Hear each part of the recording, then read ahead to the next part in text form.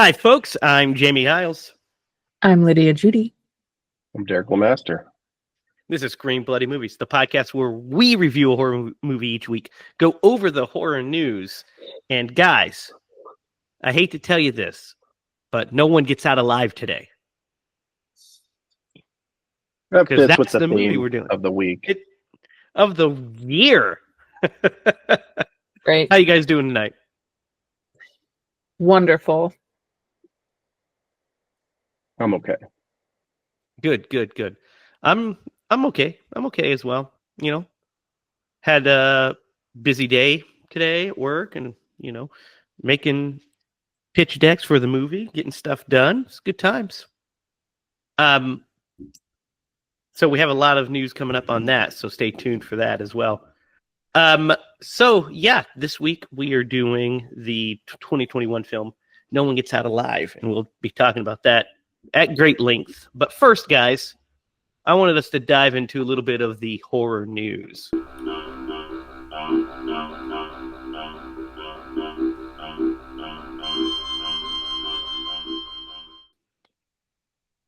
Let's start with the big sad news that we got this week, which was the passing of the legendary Tony Todd.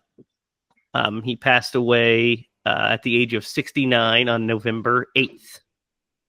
Of course, Tony's known for tons and tons of roles, but for us specifically, Candyman, Hatchet, Final Destination, The Crow. We just did 2 of his movies. We did The Crow and Final Destination.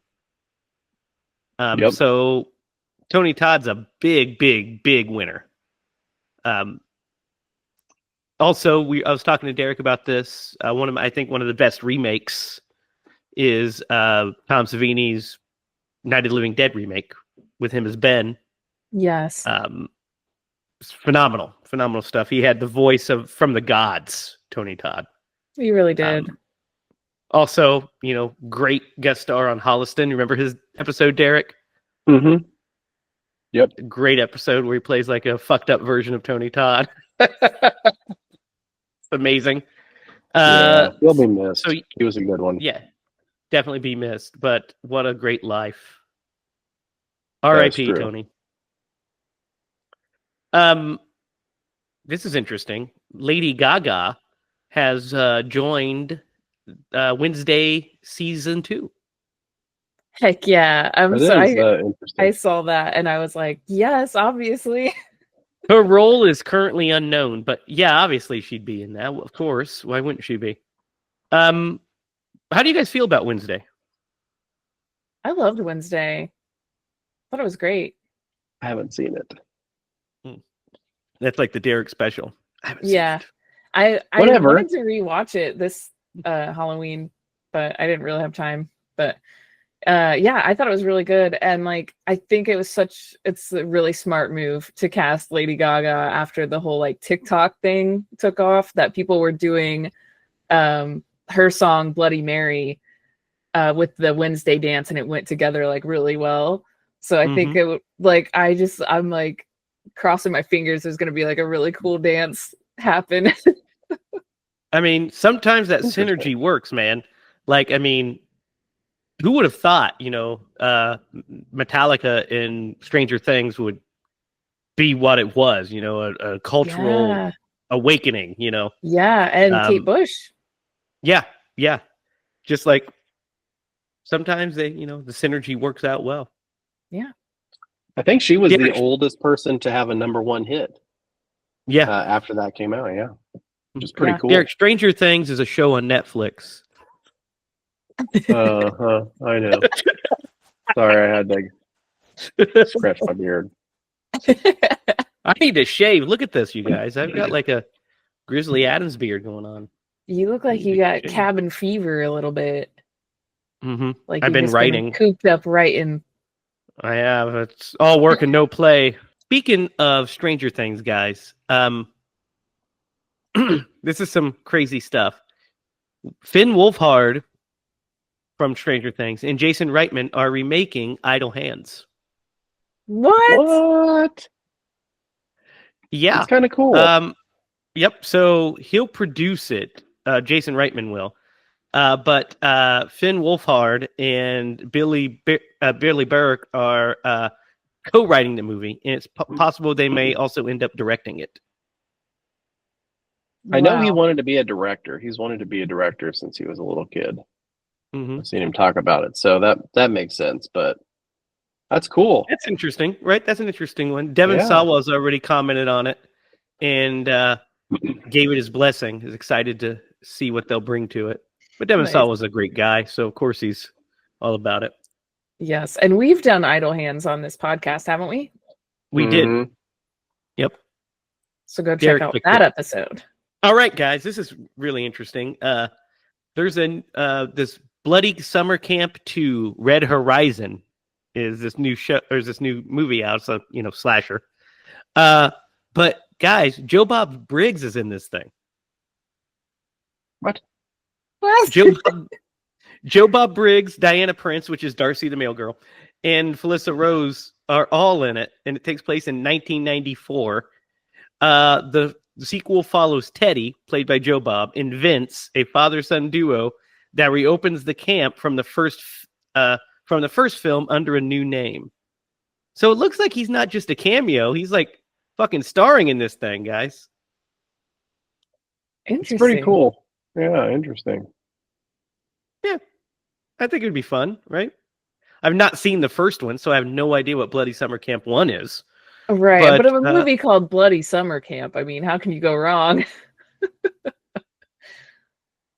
Yeah, exactly. Kind of tells you all you need to know in the title. Yeah. It's either a slasher movie or a camp where there's just girls are hitting puberty. Right. Oh my God, that is... It's like one of two things. Come on, brah. What are you doing, man? I knew that would disturb Derek. That's why I said it. His face, he was like... The most disturbing thing I've heard in a long time. Derek, this is specifically for you. Kevin Feige gives us an update on the ill-fated Blade reboot. So basically, he's speaking to a Brazilian entertainment website called Omelette, according to Bloody Disgusting. And he says, we're committed to Blade. We love the character. We love Marcella's version of him. And rest assured, whenever we change direction with the project or trying to figure it out, how it fits into our schedule, we'll let the public know. You're up to date on everything going on, but I can tell you that the character will be coming to the MCU. So they're still making it. Marcella Ali is still attached to it. But man, that was announced like what? Almost 10 years ago, right? It feels like 10 years ago. I don't know if it was quite that long. It's like been a while. 6 at least, right? 5-6 years. And it's like, because it was around the time of Endgame. Well, I mean, he made a voice cameo in the Eternals movie, so... Yeah, it's just crazy. How hard is it to make a Blade movie? They made 3 of them, and 2 of them were really good. Right. I mean, the third one, we'll have to get into the Blades eventually. I like basically, what I'm saying is some motherfuckers are always trying to ice skate uphill. And that wraps up the horror news, guys. Like I said, not a lot, but, some interesting stuff there. Got new remakes. At the next month, guys, you know what comes out? Nosferatu. So we have to keep looking forward to that. I read a little bit of news about that said that they're not going to show Count Orlok until the movie is out. Nice. Oh, cool. Okay. Good. Which is what I like. Yeah. Hide that guy. Yeah. I'm excited for that. That's going to be amazing. We got to go to the theater and see that, you guys. I'm so down for that. I'd be down for a field trip. Yes. And we'll record like a live reaction afterwards. It was great. It's probably what it's going to be.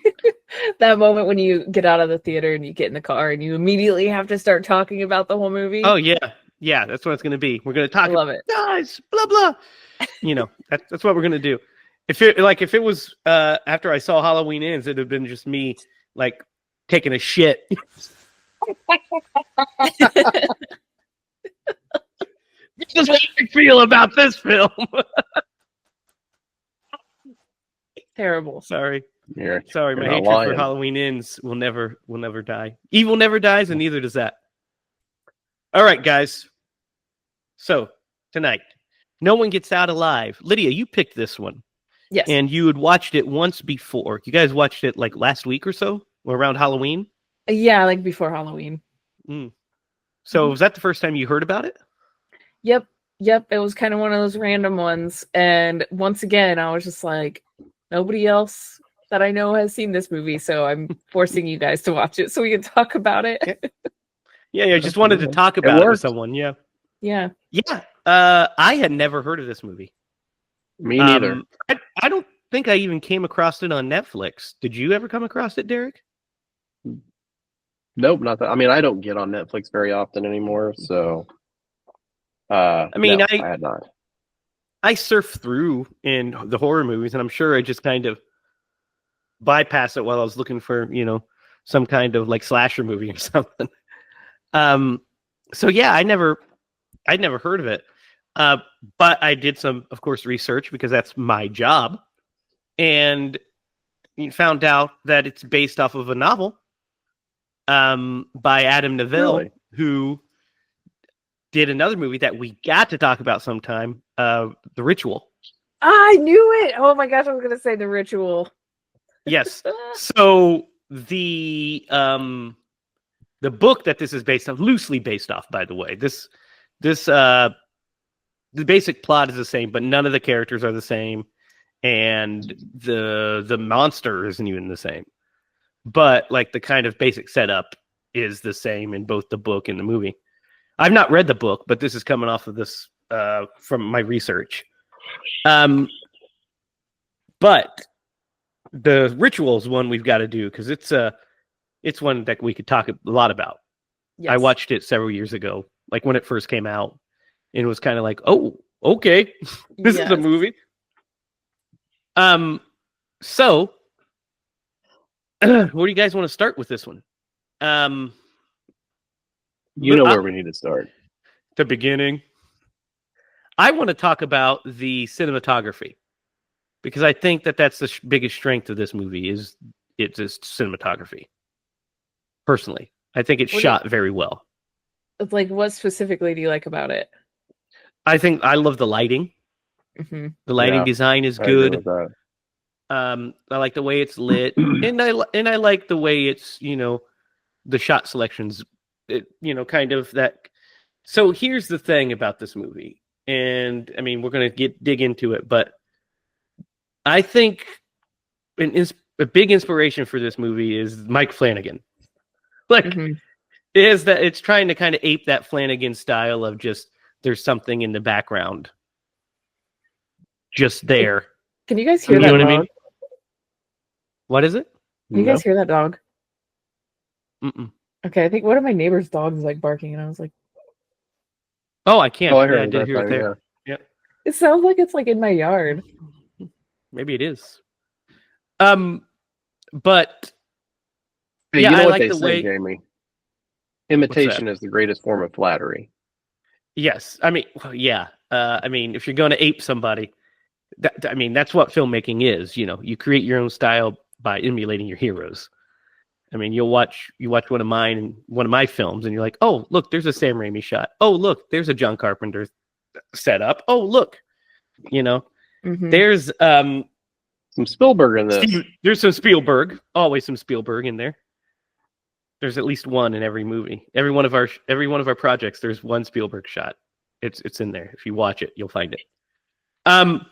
But yeah, what do you guys think about the cinematography and just the look of the movie?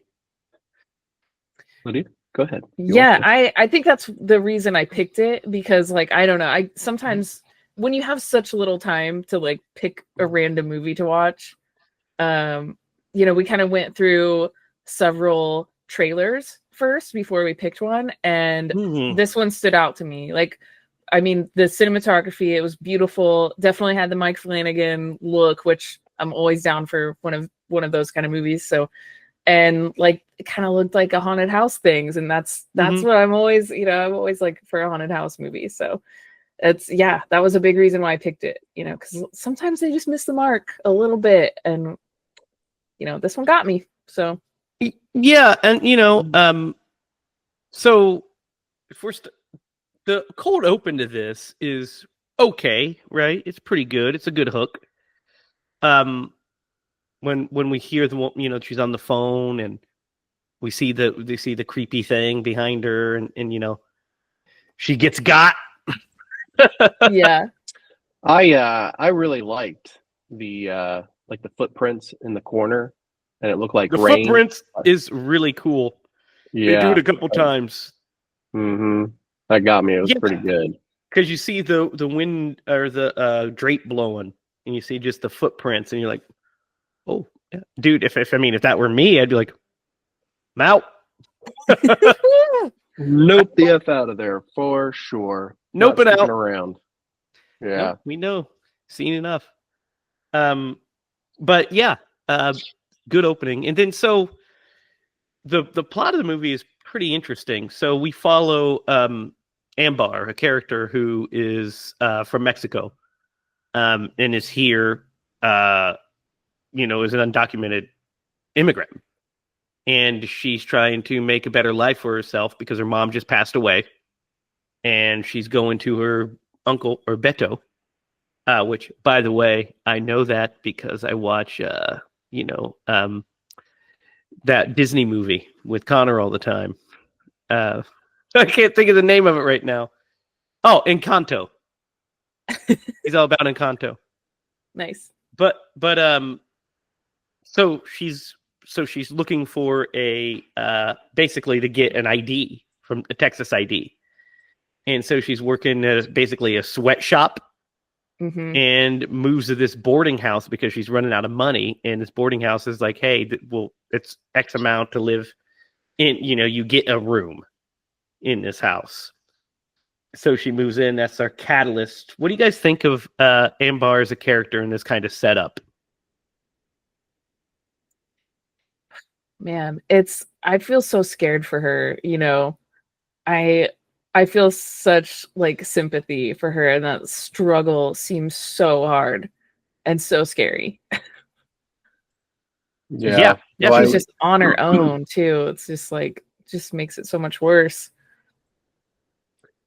Yeah, and I think there's a really good relationship between the actress and then also like the character that she's playing. Like she played the character very well, and there is a vulnerability to her, and there is I felt a lot of sympathy. So they really kind of hook you with her because her story's pretty sad. She stayed behind and till her mom passed away, and she had lied to her uncle, and and then she just has like a raw deal the entire way. Yeah, she does. The fact that she basically, I mean, the reason she's in the circumstance she is because she made the choice to basically take care of her mother and stay with her. So she put her own life on hold, left the school she was going to, left her hopes and ambitions to basically take care of her dying mother and be there till she passed. And that's a good setup for a character because it, you do feel empathy because she shows empathy, and I mean, it kind of breeds that. And yeah, so the scariest part of the movie, in my opinion, is not what not the monsters. It's this struggle that this poor woman is under. Being kind of get dealt a shit hand. And trying to make it. And then when we're introduced to like the boarding house guys, as soon as she goes in that place, you're like, no, you should just leave. Yeah. Where's your bad vibes radar? Like they would have went off as soon as I walked in that place. Nope. Yeah. Hey, like, I get it. Go ahead, Lydia. Like bad stuff starts happening immediately. Yeah. I mean, you like to think that she, unfortunately, she probably didn't have a choice. You know what I No, mean? she I'm didn't have sure that much of rent one. was so low, and it was for a reason. And the Yeah. stipulations, only women, so they want to keep it as vulnerable as possible. And then no guests after 9, and I really felt like I wanted to like the landlord guy, the initial one. You wanted to like him. And there for a minute, I thought he was going to turn out to be a good guy, and let me down whenever he turned out to just, I mean, he didn't want to, but he went along with it. Yeah. It's kind of it's one of those things that, I mean, as soon as I met him, I was like, oh, he's a villain. Well, yeah, he's a villain. And then it's like, they try to beat the they try to like, you're like, oh, maybe not. I was like, no, he's definitely, there's no way he's not. Well, like, it seems like everyone she encounters is a villain. Turns out to be a villain somehow. Her coworker, what dude, the coworker B-I-T with a capital B.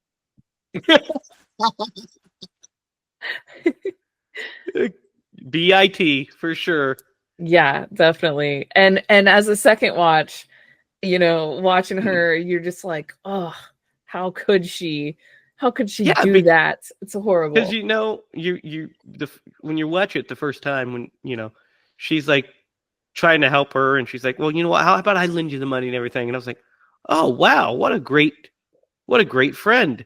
And then she's like, oh, here's the money. I was like, no, don't give her the money. No, have her get it and then give it to you after. What are you doing?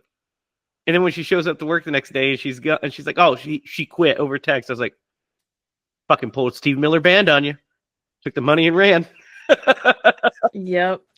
Gosh, that's so rough too. She's so like likable and sweet and trustworthy. But she's not. She's actually secretly capital BIT. Yeah. You can never tell. Exactly. That's the thing. That's the scary thing. Yeah. You know what? This is a side pissed me off, but I want to tell you about it. What? The one time I was helping, I volunteered to do to help the new students move into Ball State when I was in college.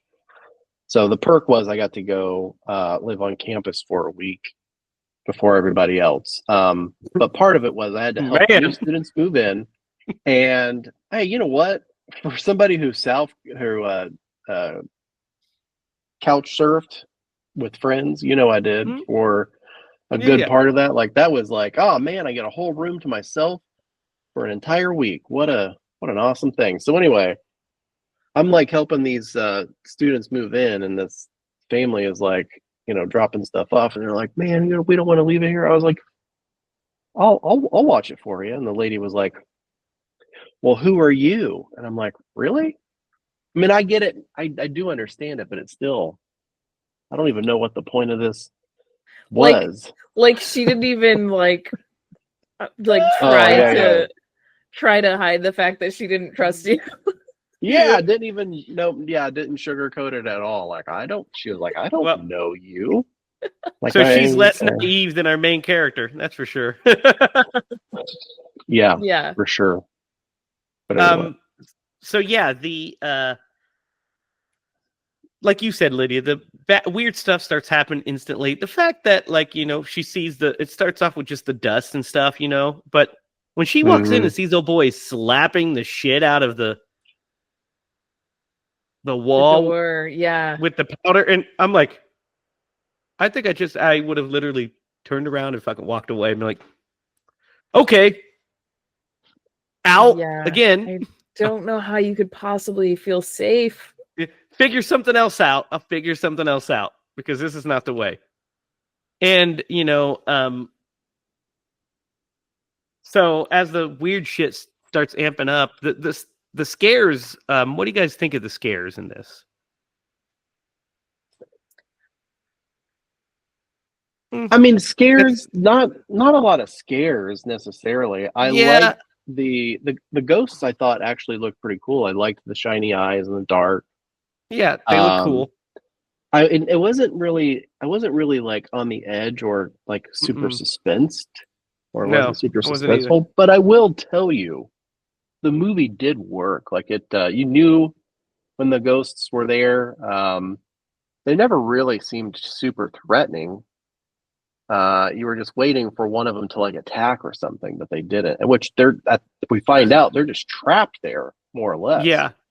So I think that the scariest bit that worked is when before like we get to the third act is the one where they the ghosts both of them run in to the room and then they hit the like dresser and shit. The one right before she nopes out of there and just doesn't go back. Yeah. That one's pretty good.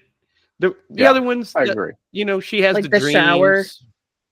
Yeah, the shower. That one was pretty cool too. How she saw the figure, she opened the thing, and there's nobody there. That was pretty cool. The one I hate is when the lights are going out when she's walking. Ugh, hated that one. You know how many times we've seen that, and it's just like, literally every scary movie ever. Yeah, every ghost movie. Yeah, so it's like, don't like that. Don't think that one works. The subway one's pretty cool when she's in the subway. That the flashing lights in the subway and everything was great. That looked like $1 million, like big production value. I really liked that stuff. Like all of that. That was pretty cool. You know, you didn't. I didn't catch it until just now, till you mentioned it. I started thinking about that, but there's the callback to that. Or that train scene at the during the climax. So whenever because you see the box, and as they come around, you see that it's just a tunnel. Yes, like an endless tunnel, and the subway was actually mirrored to be just like that. Which was, in retrospect, was pretty cool. Yeah, no, I think that subway scene worked really well. It was pretty cool. The production value, like I said, it's $1 million, and it was pretty cool. Anybody look up what this movie cost?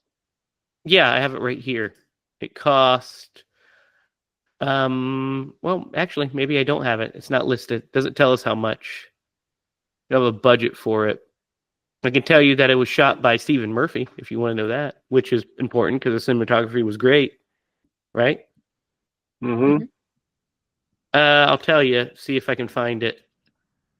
It looks like it was between $5 and $15 million. I mean, it looks like it. It looks like it had some money to spend. You know, it wasn't like ours. It has money. But so yeah, I thought it looked great. The the scene with the dinner with the uncle was pretty interesting. I think that's a pretty good scene. Yeah, it kind of keeps you on the edge of your seat more than the ghosts do, doesn't it? Yeah, because that's the real drama. That's the human drama of, you know, her trying to make it, you know, in the world, and, you know, survive on the streets. And so like the scene with her in the dinner with the uncle, you know, trying to get, you know, this job that's going to change her life and everything. And you don't want him to find out anything. And yeah, it's pretty cool.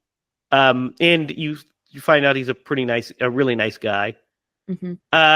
So when we get to the third act, when she's in that diner and she calls Red and he shows up and picks her up, and is like, "Here, I'll take you back to the place and give you the money." I mean, no, I know she was desperate, but I don't think I would have went back in that house, guys. No, I would have waited outside. I'd have been like, "Hey, can you go get the money?" Yeah, and I would have been straight up with him. Been like, "Hey, yeah, here's me in there." Yeah, look, the fact that I he saw was fucking like, ghosts. I left the money in your room. It's like, well, can you go get it out of my room? Yeah. Why did you go in my room? She falls right forward, of course, and goes up there and is immediately trapped by him. And that's when, shocker, he's a villain. In case you didn't figure it out from the rest of the movie. Derek didn't. Obviously, he was still rooting for the opposite. Hey, no. I obviously had my suspicions, but I also wanted him to be the stereotype. And you know, when he came into the diner and he was roughed up, you could have had a little sympathy for him then, because he gives the backstory and stuff like that. But obviously, I was Yes. wrong. Yeah. So Yeah. the backstory is interesting with the the He brother doesn't lie to her. like terminally ill, basically terminally ill, and he's like,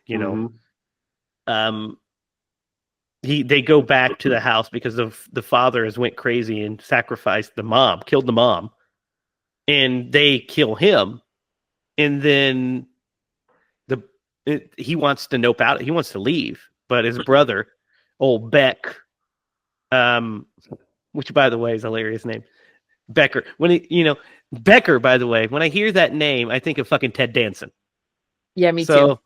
So like fucking Ted Danson. The only other Becker I've ever heard of. Yeah. Do you remember Becker, Derek? Was that the movie with him and Whoopi Goldberg? No, it's a TV he series. Was the doctor. He's the doctor, right? Mm-hmm. Yeah, the doctor. Yeah. I actually fucking fucked with Becker back in the day. Did you guys fuck with Becker? Yeah, I watched it like before school in the mornings. Yeah. I mean, I've seen episodes, but I did not.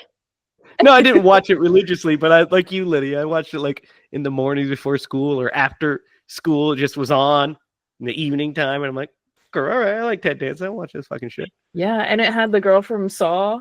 What's her name? Mm-hmm. Her name was like Amanda. Shawnee Smith. Shawnee Smith. Yes. Yeah. She was in it. Yeah. She was funny. Yep. She's great. Shawnee Smith. And I. But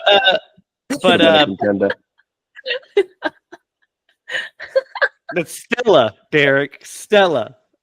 No, Shawnee, man. Shawnee. Interesting. Derek, you're something else. But Becker, yeah, first of all, he's like fucking a mountain of a man. Yeah, he's a big guy. Terrifying. And Red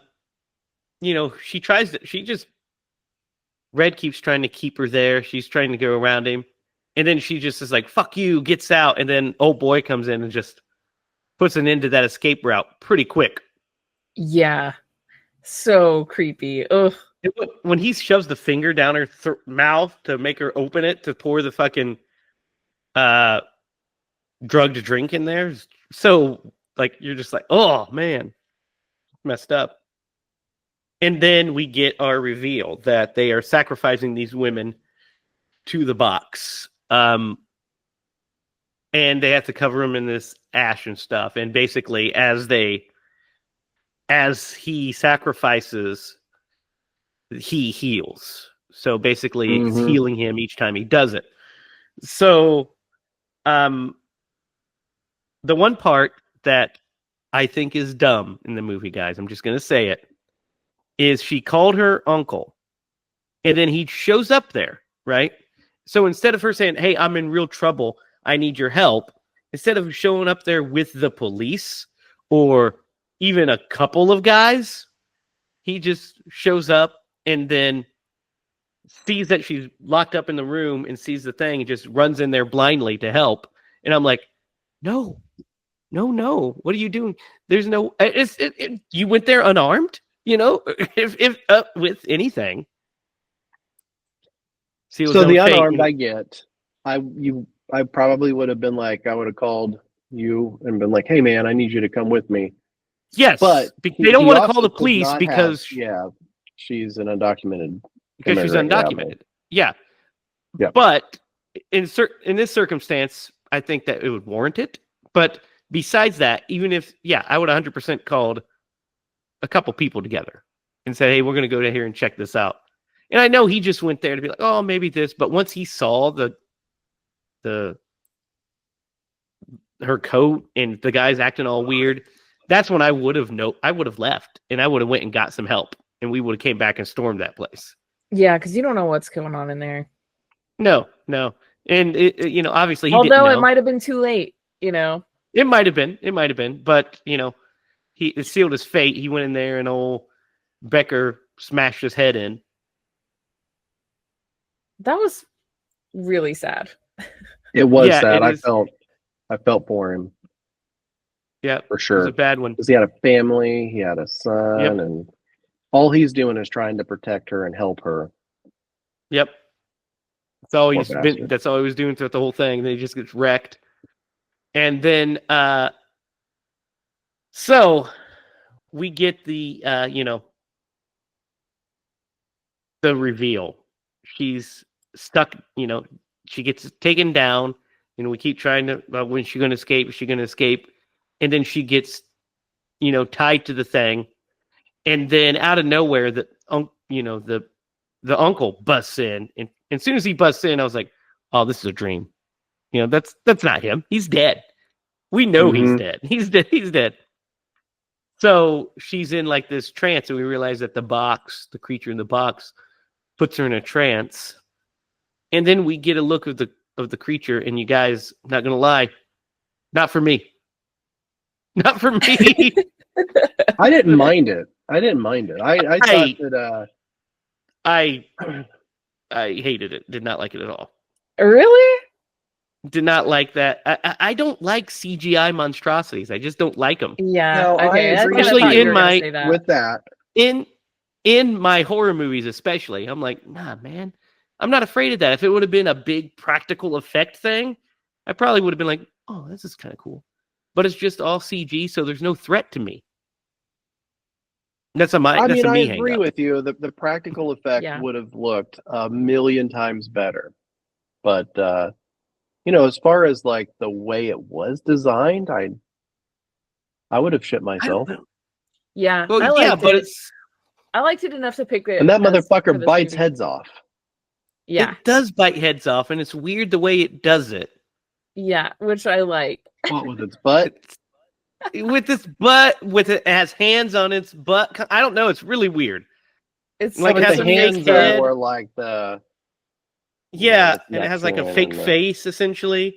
It's just really weird. It's all really strange. Cool. And the thing's also like super weak. Apparently, if you just wake up, it runs away. Yeah, if you like fight back at all. I think what it is it's not expecting that. It's like. It's like if you look into the lore of what it actually is a little bit. Yeah, it's the god. It's the Aztec goddess. Is what it is. I can't pronounce the name. I'm not even gonna fucking attempt to. Yeah. But it's the god of paradise, made possible through sacrifice. No, it's not. I don't know what did you just say? It's like it's a. Papa. It's a bit, yes, yeah. It's a pizza. It's a papa. Yeah, I can't, like I said, I don't want to. We're just butchering it. I don't want to butcher it. I don't want TJ Hoshimazode. I don't want to offend anybody. So I'm not going to. Derek has no problem being horribly offensive, so it's cool. Hey, Mishi Kinnequa is that's a real person. And TJ Hoshimazode is from the commercial, the ESPN. I know what it is, Derek, but that's the. So, basically, that's what I mean. It's associated with the moth. That's why we keep seeing moths throughout the. Yeah, that's why she crushes the moth. I think it's like becomes weakened because it's not expecting anyone to fight back. Because like Becker says, you should be grateful that you're being sacrificed to this being. Like it's insane. Yeah, yeah, and so immediately the being it goes back into its box, and she escapes. So guys, I'm just gonna throw it out here right now. I would have 100% have fucking burnt that box to the ground. All those candles around. I would have just started throwing them on there. Well, it's like cement or something. It was stone, yeah. It was stone. Yeah, that's fine. I still would have I would open it up and start throwing shit in there, seeing if anything worked. The old college tried. There was a sacrifice in there. Yes, I didn't catch what the sacrifice was, but looked like a person. Child. Yeah, like a skeleton of a small person. Mm. So I'm a child or a small person, I guess. I don't know. It was Gary Oldman from Tiptoes.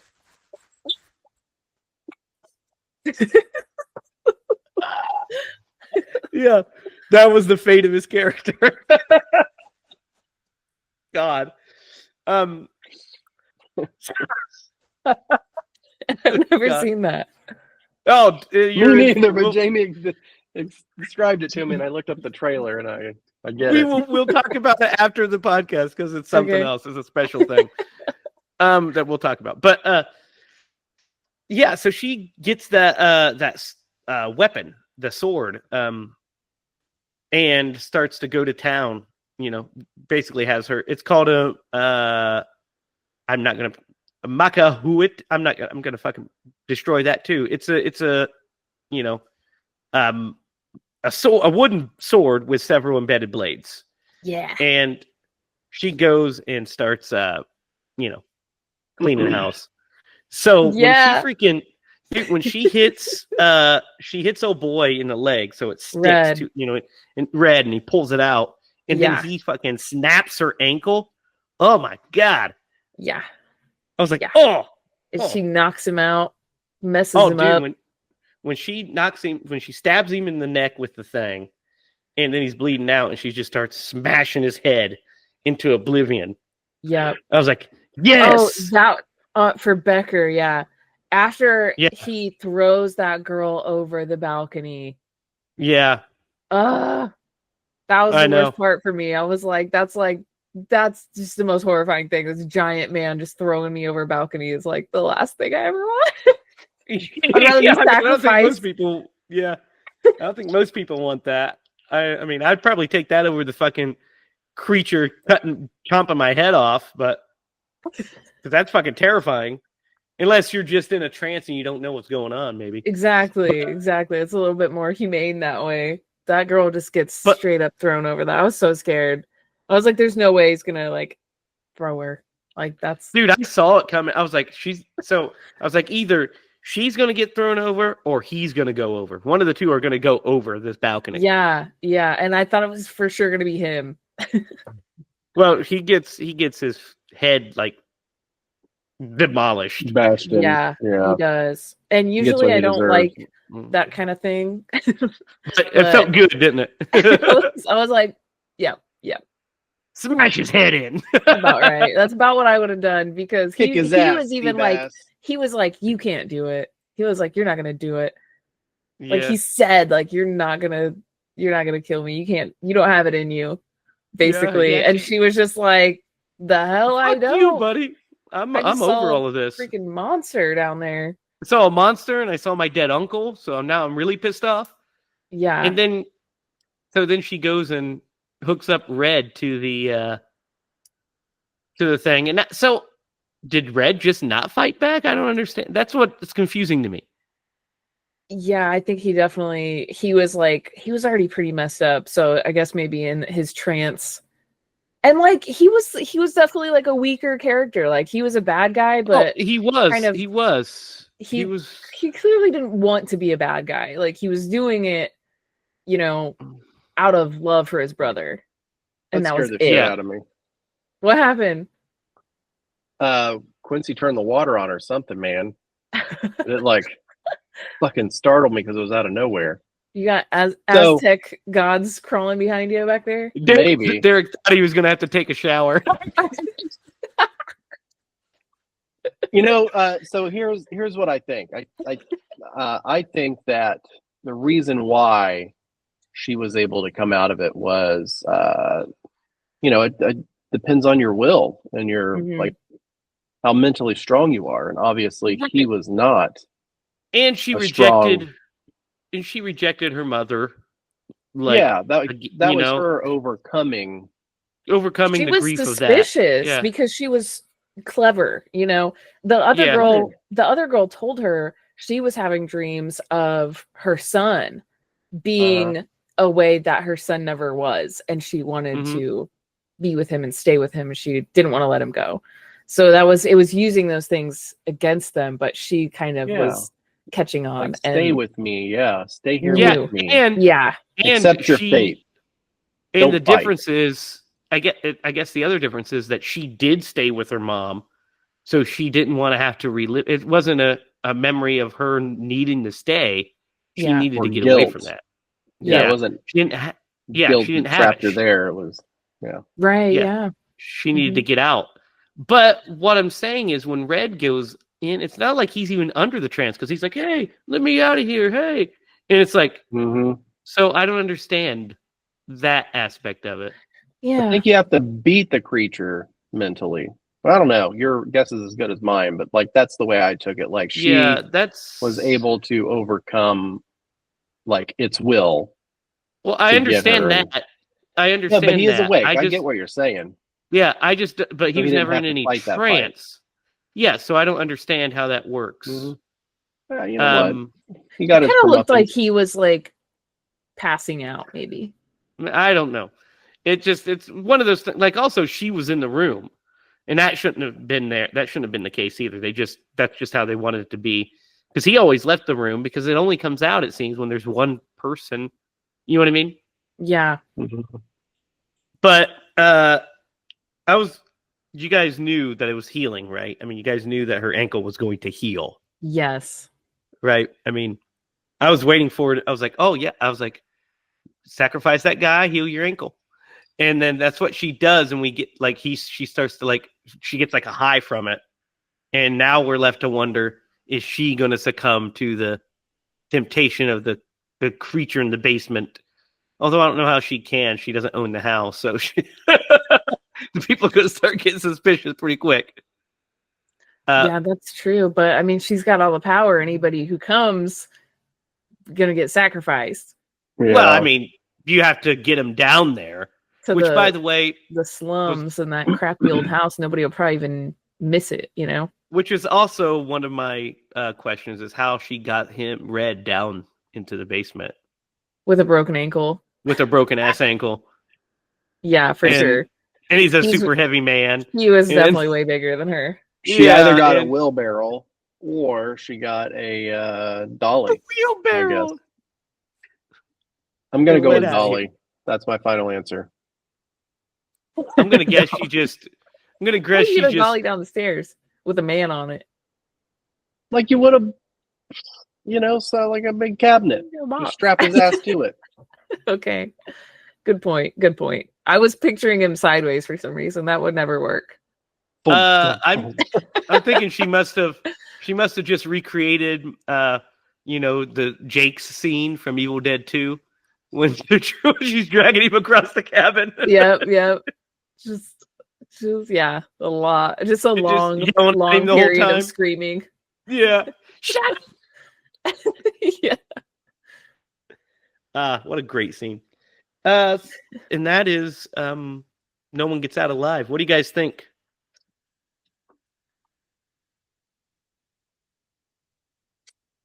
You know, I'll go ahead and throw my hat in this ring. I liked it. I thought the acting was pretty good. I do feel like they did a good job writing the character because I was rooting for her and I felt sorry for her. I felt, you know, part of her pain. What it's like to go through something like that. People actually have that struggle. Like that's a real struggle. And especially in the climate today, like it's at the forefront of what we're experiencing. I mean, we don't get to experience it in that way, but like it's going to be a reality for a lot of people. So I thought it was a well-written movie. It was Lydia, it was better than I expected it to be. With a name like that, you're like, this is going to be so cheesy. Yeah. But you know, I'm gonna give it a 6.7592. Interesting rating. What do you think, Lydia? Yeah, I'm right around there too. I 6.592. Yeah, I'm gonna pencil you in for that. We'll just do 7. We'll just call it a 7. I think it's close to a 7. I think it's pretty good. I like the scares weren't like the scariest, but I really like how the ghosts and the spirits were kind of portrayed. Like when you see them fighting and it's like they're invisible but stuff is moving is really fun. And her struggle is so heart-wrenching. And the fear that I felt when she's like in this house with these two bigger men is like definitely intimidating. And I did not like, that kind of stuff makes me super uncomfortable anyways. So without all the rest of the struggle, I still have like just the female struggle that you feel from that poor girl getting thrown over those stairs. About killed me, but and I like the monster a lot. I like the reveal of the monster. It's just weird enough for me. You know, I definitely think practical would have made this movie like, yeah, maybe an 8, maybe even a 9. But, you know, they would have just had some more practical, cool stuff. But I thought it was good. I still thought the CG looked really nice. So I can't fault that. And the creature was just so weird. So it's definitely weird. I'm right there with you guys. I'm going to give it a 6.5 as well. Like the strong points, I think the writing was good. It's pretty good. The direction was really solid, and the cinematography was gorgeous. It moves a little slow, which is fine. I mean, you're trying to slow burn and build it. But the payoff is kind of weird to me. I like that there's like a you know, ritual sacrifice thing. That's kind of fun. The creature didn't work for me at all. I just did not. I mean, I kept trying as I'm watching. I'm like, I don't know, man. I don't get it. I felt like George Clooney in Oh Brother, Where Art Thou? I don't get it, Big Dan. But yeah, I think it's really solid. I'd probably watch it again. 6.5. I think it's good. I think we're actually right on the IMDb rating. I think they gave it around that as well. So yeah, that is No One Gets Out Alive. So guys, it's time to Atkinize this movie. Who would Tom Atkins play? Thrill me. It'd have to be Red, I guess. I don't know. I don't know if we can put him as the uncle. No, he's not Hispanic. Right. It's like that wouldn't quite work on the same like sympathetic level. At least, yeah, I think probably that was Red. really important for the story. Or the dickhead boss. I guess he could be that guy too. Oh yeah, he would be good at. He would be actually really good at that. Yeah, the dickhead boss. Because that guy he's kind of not necessarily a dickhead. I mean, he is a dickhead. He but definitely is. He also not a good manager. He also makes like sense. Some of the stuff. I mean, like, you know, she's like, "Can I have an advance?" And he's like, "You're not good at your job now. What are you talking about?" Yeah, that. But also, he's just like hassling her, and like that's just not a way to be a manager at all. Is to just stress someone out. It is when you're managing a sweatshop, basically. Yeah. Well, yeah. You know, he does give her another chance to work at another department to see if that's better for her. And then we get that one. She's slacking because she can't sleep because her freaking house is haunted. Yeah, all of her house guests. I will say it's kind of cool when at the end when she sees Red as the ghost, like he's trapped there now too. Mm-hmm. That's kind of interesting. That's kind of cool. So that is No One Gets Out Alive. So that does it for this week, guys. So until next week, for Derek Lemaster and Lydia Judy, I'm Jamie Hiles. Remember, if you're going to scream bloody movies.